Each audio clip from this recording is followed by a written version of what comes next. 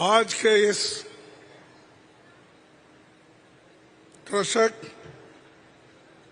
सश्रमिक सम्मेलन 2023 के समारंभ में उपस्थित हमारे एआईसीसी के जनरल सेक्रेटरी और सीनियर नेता कुमारी शैलजा, यहाँ की प्रभारी भी है, और अभी आपके सामने बहुत सी बातें रखी। उन्होंने जो काम किया उसके बारे में भी बताया, और आप सबके लाडले चीफ मिनिस्टर भूपेश बघेल जी और डिप्टी चीफ मिनिस्टर सिंहदेव जी, चरणदास महंता जी अध्यक्ष छत्तीसगढ़ विधानसभा, श्री दीपक बैज अध्यक्ष नौजवान, श्री गुरदास सप्पल जी, प्रणव झा जी, सह प्रभारी चंदन यादव जी, माननीय विजय जागीर जी, सीनियर नेता ताम्रध्वज साहू जी, रविंद्र चौबे जी, मोहम्मद अकबर जी, उमेश पटेल जी, समस्त मंत्रीगण, क्योंकि इतनी लंबी लिस्ट है जो अभी हमारे चीफ मिनिस्टर वो लिस्ट को पूरा पढ़े हैं, तो उन्होंने जो पढ़ा है वो सारे लिस्ट के मेंबर्स को मैं धन्यवाद देता हूं। वो सभी एक मंच पर आकर सभी ने एक होकर जो काम कर रहे हैं, इसीलिए मुझे बहुत खुशी हो गई है। और मैं छत्तीसगढ़ में जो आया हूं और देख रहा हूं, सारे कार्यक्रम अच्छे तरीके से भूपेश बघेल की सरकार चला रही है और उसका बेनिफिट आपको मिल रहा है। मिल रहा है नहीं? अरे जरा जोर से बोल रहा, मिल रहा है तो बोलो, नहीं है तो नहीं बोलो। मिल रहा है तो ये याद रखिए, जब मिल रहा है तो इसको याद रख के आगे आपको कदम बढ़ाना है। एक बात मैं कहूंगा, एक दुखद घटना आज हो गई है, इसीलिए मैं बहुत ही दुखित हूं, क्योंकि मेरे एक जाने माने सीनियर एग्रीकल्चर में बहुत ही रिसर्च करके एक ग्रीन रेवोल्यूशन जो इस देश में लाए, इंदिरा गांधी जी के साथ उन्होंने बहुत काम किया। और मैं जब एग्रीकल्चर यूनिवर्सिटी का एक मेंबर था, मेरी उम्र उस वक्त 26 थी। उस वक्त मुझे बोर्ड ऑफ रीजेंट बोल के एग्रीकल्चर यूनिवर्सिटी का बनाया गया, और एग्रीकल्चर यूनिवर्सिटी का मेंबर बनते ही मुझे सारे भारत में एग्रीकल्चर यूनिवर्सिटी को, रिसर्च इंस्टीट्यूट को मिलना, विजिट करने का भाग्य मिला था। तो स्वामीनाथन उस वक्त हमारे एग्रीकल्चर के हेड थे। रिसर्च स्टेशन के पूरे एग्रीकल्चर यूनिवर्सिटी के वो पूरा हेड थे। काम बहुत अच्छा करा और उनका हिंदुस्तान में ही नहीं सारे दुनिया में उनका नाम हुआ था। इसीलिए मैं उनको याद करता हूं और ये कहूंगा, ये गलत नहीं होगा कि वो एक father of the green revolution of India, जिसकी तारीफ इंदिरा गांधी जी ने की, जिसकी तारीफ राजीव गांधी जी ने किया, मनमोहन सिंह जी ने किया, सभी ने किया। यहां तक कि वो राज्यसभा के मेंबर भी हमारे तरफ से थे। ये गवर्नर से नॉमिनेटेड थे, ये प्रेसिडेंट ऑफ इंडिया से नॉमिनेटेड थे। बहुत ही अच्छे व्यक्ति और देश के किसानों के लिए बहुत कुछ योगदान उन्होंने दिया। इसीलिए मैं उनको याद करता हूं। मैं आपसे एक रिक्वेस्ट करूंगा, उनके आत्मा को शांति मिले, इसीलिए 2 मिनट अगर आप उनको श्रद्धांजलि अर्पित करेंगे तो मुझे बहुत आपका मैं आभारी हूं।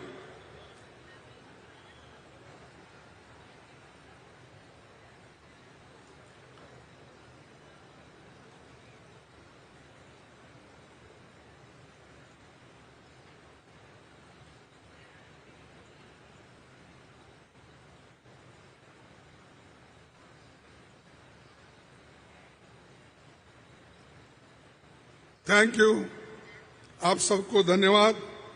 और उनकी उम्र थी 98, तो एक बहुत ही काबिल आदमी को हमने खोया है। आज छत्तीसगढ़ में ये जो बलौदा बाजार, यहां पर कम से कम आज के दिन 2300 करोड़ की स्कीमें लागू हो गई। और इससे पहले भी जो भूमि पूजन हमने की थी, उसका भी 267 करोड़ यहां पर सबको दिया गया। यानी ये कार्यक्रम दिए गए और ऐसा कार्यक्रम शायद किसी राज्य में भी नहीं होगा। और ऐसा कार्यक्रम मैं कहूंगा 15 साल में रमन सिंह तो देखा नहीं होगा। उन्होंने 15 साल थे, हमको मिले सिर्फ 5 साल। जो 5 साल में इतना सब कुछ हम करते हैं किसानों के लिए, किसान मजदूरों के लिए, स्त्रियों के लिए, बच्चों के लिए, सबके लिए हम जब कर रहे हैं, ये देखकर भी शायद बीजेपी वाले हैरान होंगे। और मैं सुना आज रायपुर में नड्डा साहब भी आए हैं और अमित शाह साहब भी आए हों। वो सोच रहे होंगे कि इस जो बलौदा बाजार में क्या चल रहा है। ये सब हिसाब रखते हैं। हमारे लोग कहां कहां जाते हैं, उनके पीछे उनके सीआईडी तो रहते ही है। साहब ये लोग बोले, इतने लोग आए थे, इतने लोग उनको मिला, ये सब चीजें उनको बताते हैं। तो इसलिए उनको भी मालूम होगा कि आप इतने लोग जोश के साथ कांग्रेस पार्टी के पीछे हो, साथ हो, और बघेल साहब के साथ आप सभी लोग काम कर रहे हैं और कांग्रेस के पूरे मिनिस्टर एक होकर कर रहे हैं। और जब एक होकर जब काम करते हैं तो तुमको कोई हटा नहीं सकता। जब एक लकड़ी रहती है कोई भी तोड़ सकता है, लेकिन 10 लकड़ियां मिला के अगर उसको तोड़ने के लिए कहो कभी टूटता नहीं। ऐसा आज सब मिलके आपने जो काम किया, ये बहुत बड़ा काम आप लोगों ने किया और वो भी हमारे मजदूरों के लिए।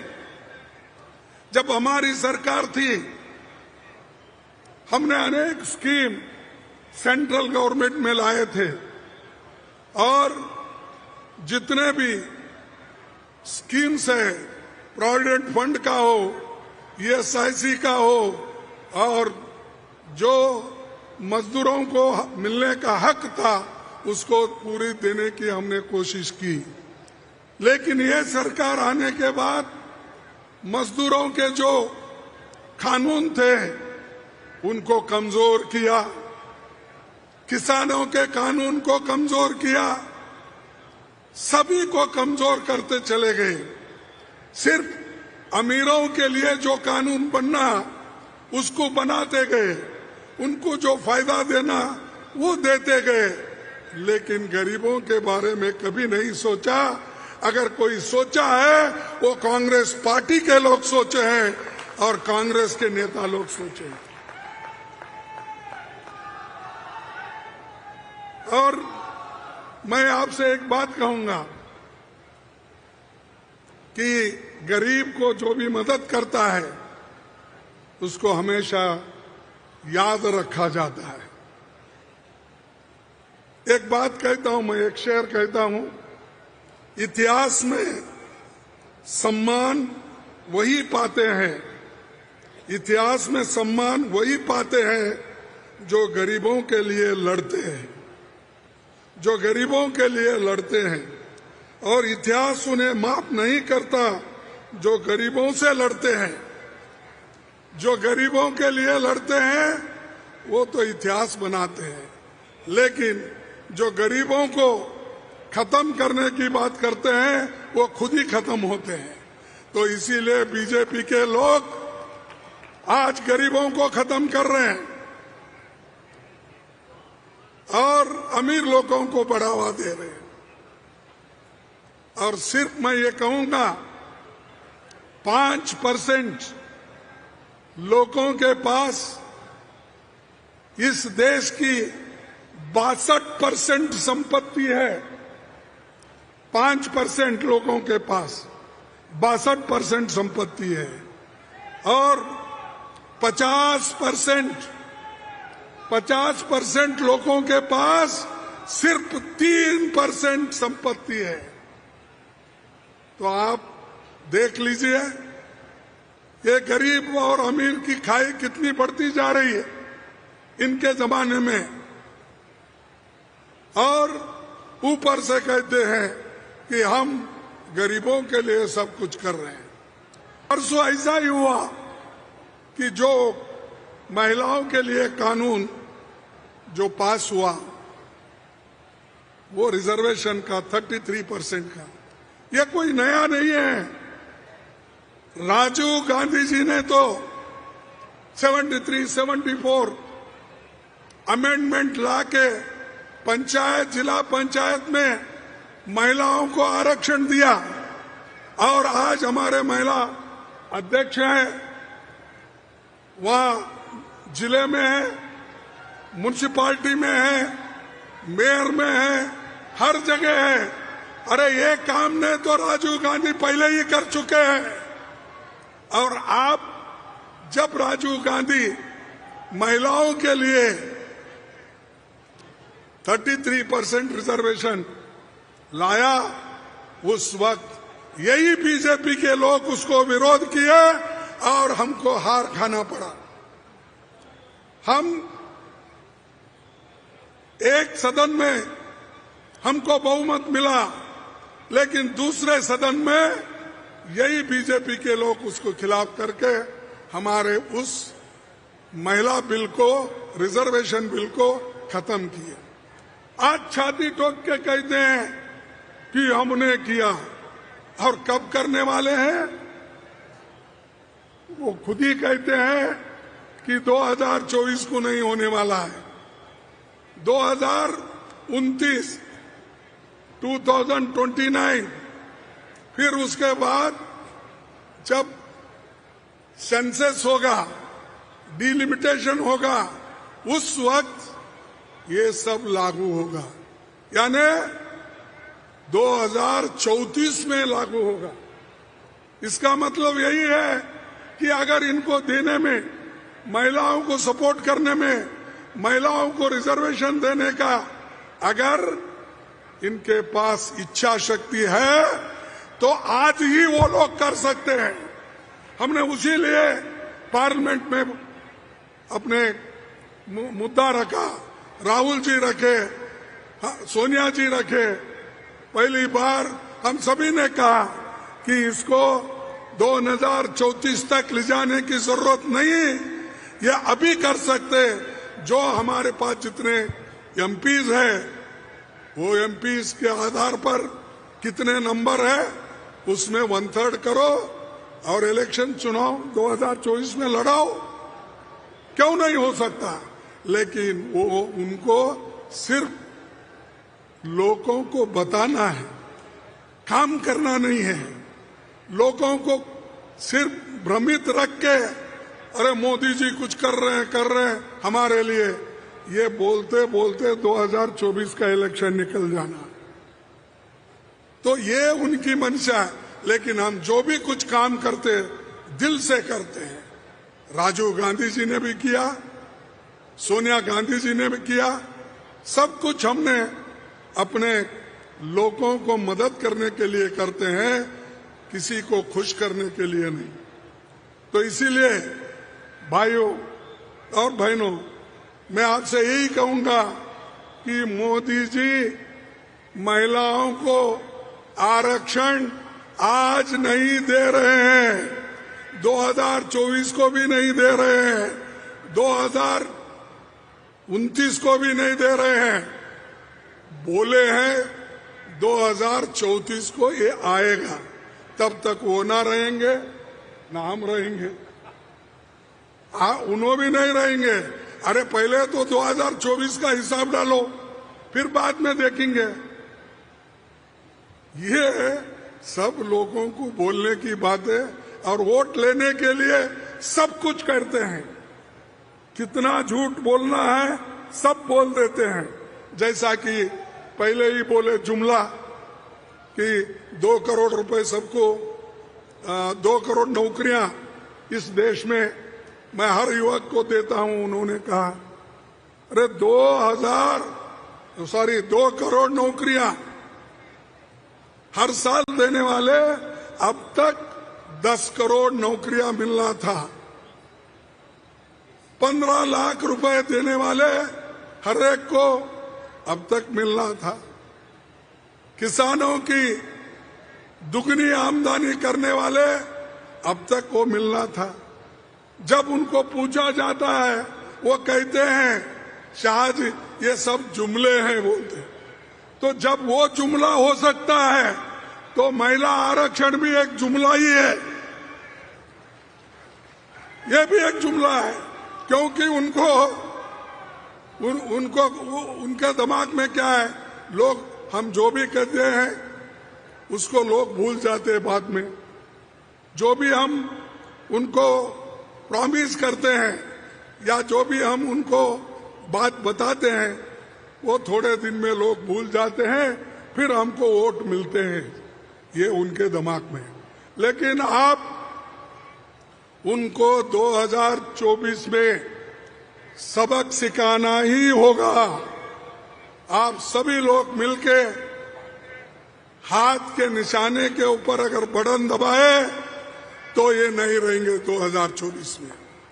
अगर आप मेहनत नहीं करेंगे, सिर्फ यहां सुन के जाएंगे, कार्यक्रम लेके जाएंगे, बघेल देते जाएंगे, तुम लेते जाएंगे, फिर हमको भूलेंगे। ऐसा नहीं होगा, ऐसा नहीं होगा ना, नहीं होगा। हाँ, तो आप सभी हाथ के निशान पे वोट देंगे। अरे जरा जोर से बोलो भाई, हमारी भी मेहनत है इसमें। देंगे। इसीलिए हमेशा मैं ये कहता हूं, लोगों को मैं हमेशा कहता हूं, आप वोट देना है तो ये जात पात वो ये देख के नहीं देना। हमारे पास कहावत है, न जात न पात, बटन दबाओ हाथ पर, कुछ और कुछ नहीं देखना। और जब बटन आप हाथ पे दबाएंगे तभी फिर से कांग्रेस की सरकार आएगी और मंच में जो लोग बैठे हैं फिर से वो आपके मंत्री बनेंगे। भाई, और एक बात मैं बताना चाहता हूं कि आज राहुल जी, सोनिया जी, प्रियंका जी, ये सब लोग कोशिश कर रहे हैं, एक उसूलों के लिए कोशिश कर रहे हैं, गरीबों के साथ देने के लिए कोशिश कर रहे हैं। उनके साथ देना हमारा फर्ज होता है।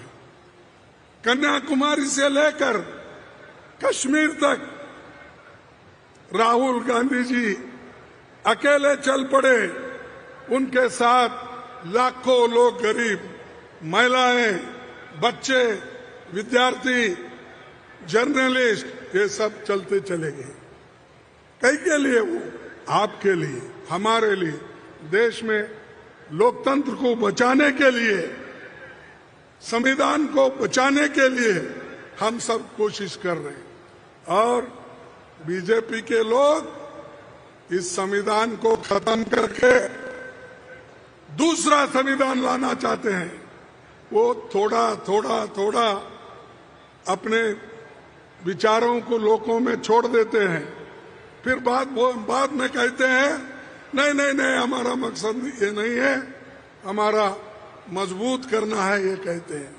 तो इसीलिए मैं गरीबों से विनती करता हूं, दलितों से विनती करता हूं, ट्राइबल से विनती करता हूं, पिछड़े हुए लोगों से विनती करता हूं, अगर आप इस लड़ाई में हारेंगे तो संविधान और लोकतंत्र इस देश में बचेगा नहीं।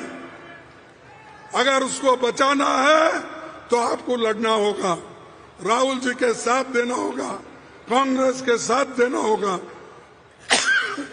यही हमारी आवाज है। और दूसरी चीज, हमने पार्लियामेंट में भी यह मुद्दा रखा है कि जितने लोग हैं बैकवर्ड क्लास के, उनको भी रिजर्वेशन महिला आरक्षण में मिलना चाहिए। उनको भी, सभी लोगों को रिजर्वेशन मिलना चाहिए। ये हम लड़ रहे हैं, इसीलिए हम ये चाहते हैं ओबीसी की जनगणना हो, सेंसस हो। अगर सेंसस हुआ तो कौन कितने हैं, किसको क्या क्या मिला, आजादी के बाद किसके पास क्या क्या है, कितने नौकरियां हैं, कितने लोग पढ़े लिखे लोग हैं, कितने पास खेती करते हैं, कितने जमीन किसके पास कितनी है, ये सब बाहर आ जाएगा।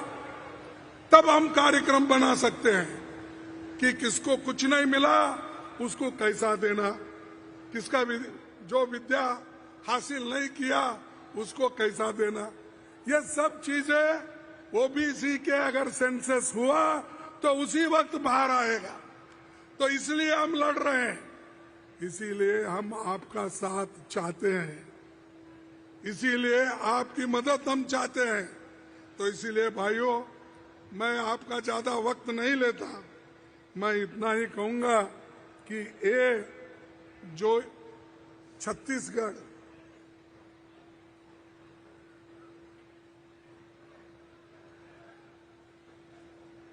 छत्तीसगढ़ में खास करके घासीदास जी जो सतनामी पंथ के स्थापना करने में उनका बहुत बड़ा हाथ था और उनकी वजह से ही ये सतनामी पंथ यहाँ पर स्थापित हुई। और आज कोई ऐसी विचारधारा के लोग देश में बहुत कम हैं। सिर्फ जंतर मंतर वो ये बताते हैं, लेकिन सही मार्ग अगर किसी ने बताया वो घासीदास जी ने बताया। सत्य से चलने का जो सच्चाई है उन्होंने लोगों को दिखाया। बाकी के लोग क्या दिखाते हैं? जादू दिखाते हैं। बहुत बड़े बड़े मैं भी देखा हूं, आज इधर इधर के नौजवान लोग भी साधु बन रहे, बगैर सोचे बगैर समझे। बहुत से हैं, मैं नाम नहीं लेना चाहता हूं, लेकिन ये लोग अपने जीवन में दुख का सहन करके संघर्ष करके इन्होंने लोगों को बचाने के लिए, लोगों को धर्म के रास्ते पे लाने के लिए, लोगों को अच्छाई दिखाने के लिए इन्होंने स्थापना की। इसीलिए तो सतनामी आज बहुत से लोग सही रास्ते पे है और सही रास्ता दिखाने वाला घासीदास जी वो छत्तीसगढ़ से है। और एक बात मैं बताऊंगा, मिनी माता जी का भी बहुत यहाँ पर एक देन है। इसी बलाद बाजार में पहली महिला लोकसभा सांसद बनी। तुम अभी बनाने में हो, तो हम पहले ही कांग्रेस से बना दिए। सबसे पहले एक महिला कांग्रेस की अध्यक्ष बनी। कौन? सरोजनी नायडू। वो कांग्रेस की थी, वो पहली महिला थी। इंदिरा गांधी पहली महिला प्रधानमंत्री। सोनिया गांधी अध्यक्ष महिला, वो कांग्रेस के। पहला प्रतिभा पाटिल को हमने इस देश का अध्यक्ष बनाया। लोकसभा के अध्यक्ष मीरा कुमारी ये पहली महिला बनी। सब पहला पहला पहला जो आता है वो कांग्रेस का आता है।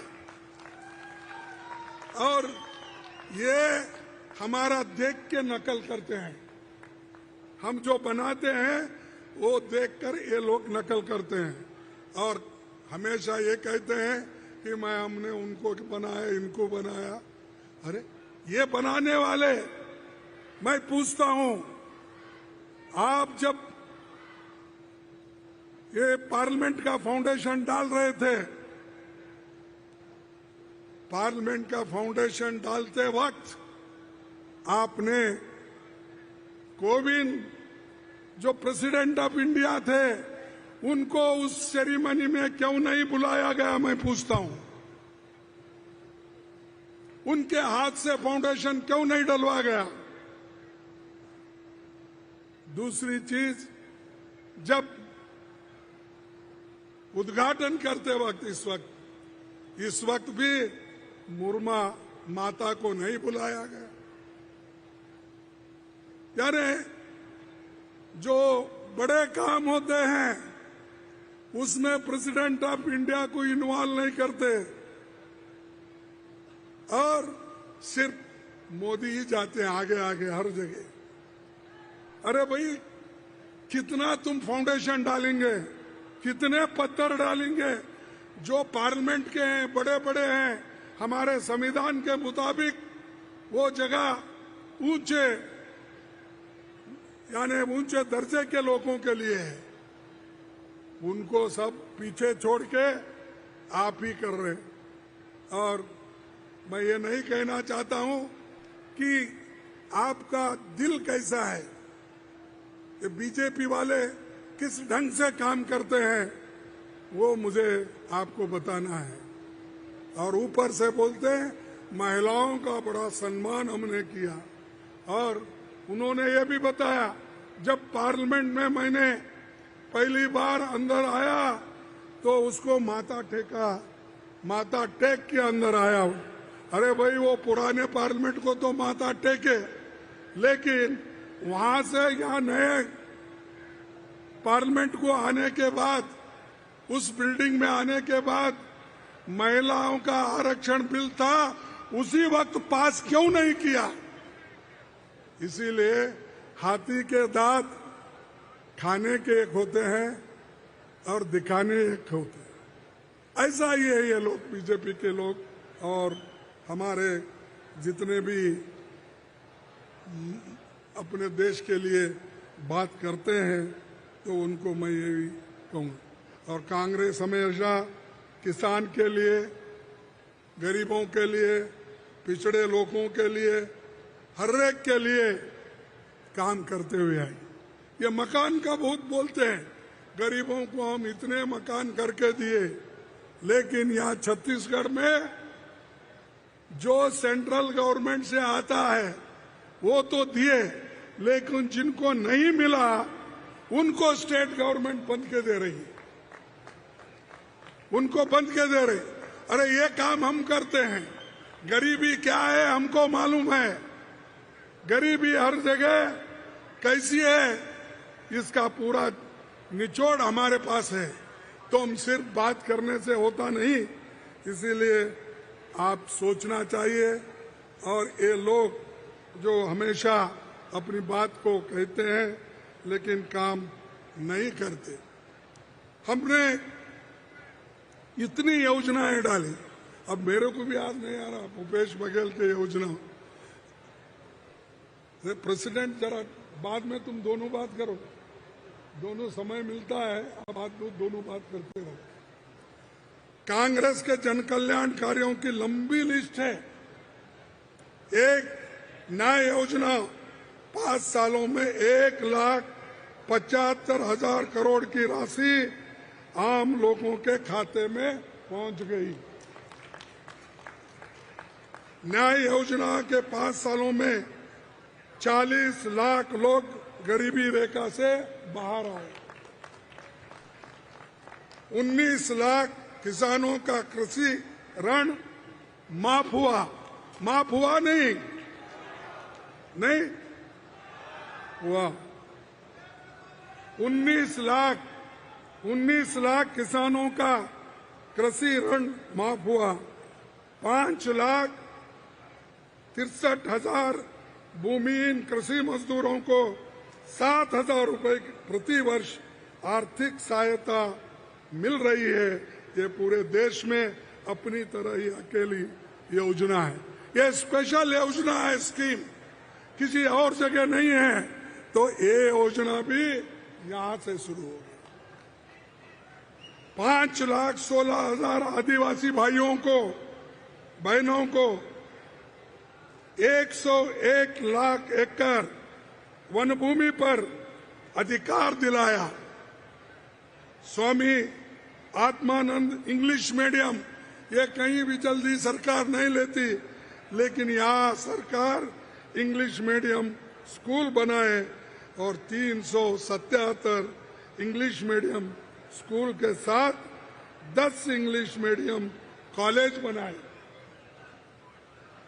8 नए मेडिकल कॉलेज भी यहाँ पर बन गए और इसका फायदा सभी क्षेत्रों को हो गया और आपके क्षेत्र को भी हो गया।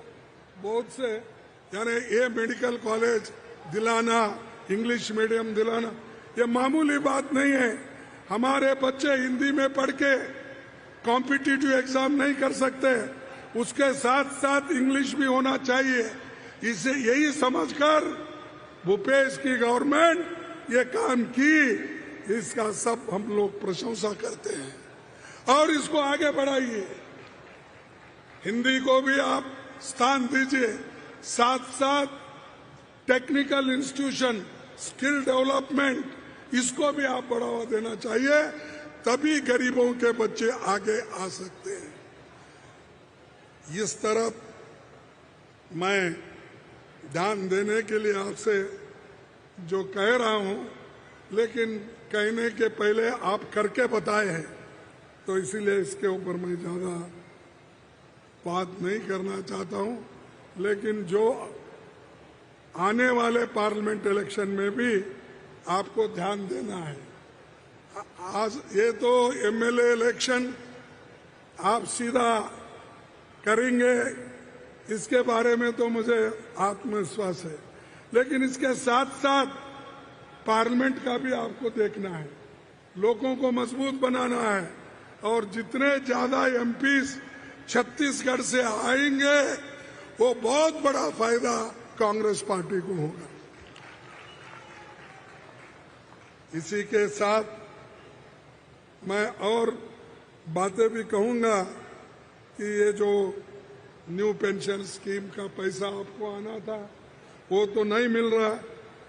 19,000 करोड़ रुपए बाकी है।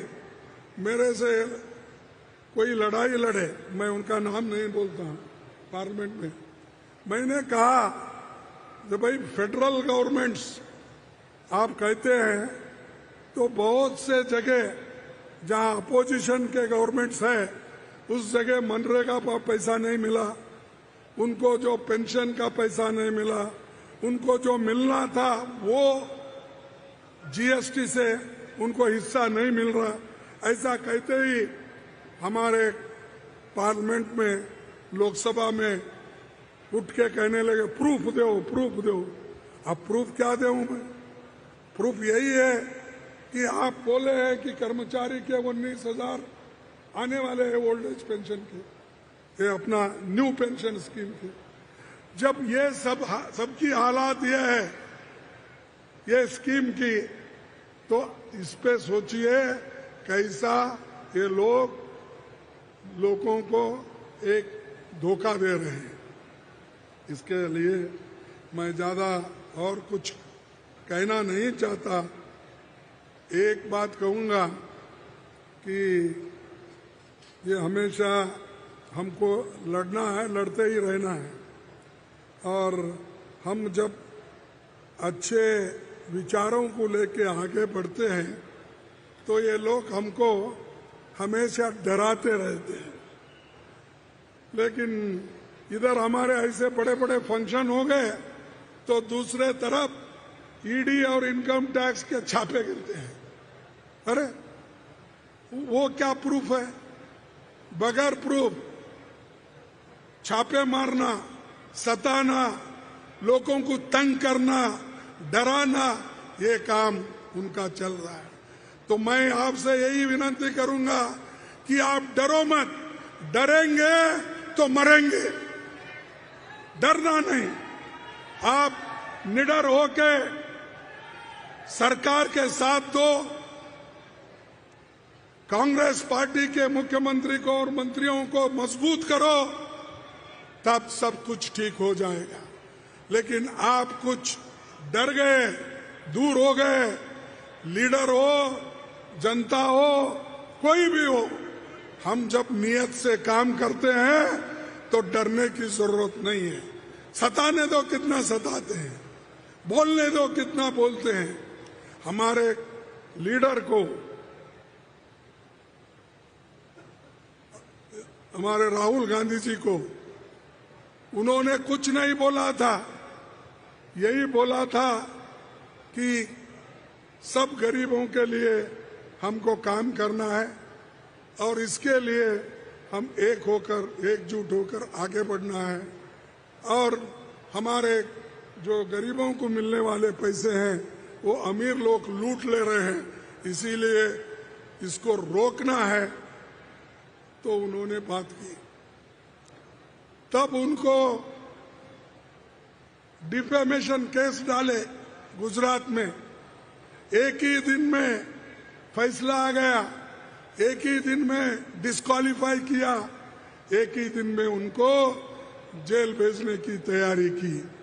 तो ऐसी बातें जब हमारे नेताओं के साथ होती है हम लोग उनके साथ रहना चाहिए। और जब तुमको भी होता है, हम लोग साथ रहना चाहिए, चाहे मिनिस्टर्स हो, चाहे कोई भी हो। अगर हम लोग तुम्हारा साथ नहीं देंगे तो आगे हमारे साथ कोई भी नहीं आई। तो मैं यही अपने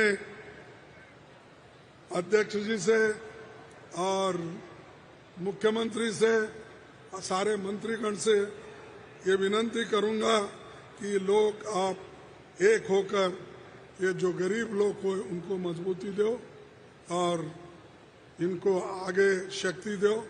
जो कार्यक्रम है वो तो हो रहे हैं अच्छे। इस कार्यक्रम को जरा, ये कार्यक्रम जोरों में चल रहा है, इसके लिए वो डर के आज रायपुर में मीटिंग ले रहे हैं। इनको कैसा करना, क्या करना, किस ढंग से इनको दबाना, किस ढंग से यहां पर जीतना, ये कोशिश कर रहे हैं। वो आ रहे हैं, वो हमेशा यही काम करते हैं। लेकिन जब तक जनता हमारे साथ है, ये कोई भी लोग आए तो छत्तीसगढ़ को हिला नहीं सकते कांग्रेस के साथ। तो इतना कहते हुए मैं आपको सभी को धन्यवाद देता हूं कि इतनी महिलाएं, इतने लोग, इतने मजदूर, किसान मजदूर सभी लोग आए हैं। तो आप लोग कांग्रेस का झंडा आगे लेके चलेंगे, कार्यक्रम को भी लेके चलेंगे, गरीबों तक एक कार्यक्रम आप पहुंचाएंगे, ये मैं आशा करते हुए मेरे 4 शब्दों को समाप्त करता हूं। जय हिंद, जय कांग्रेस।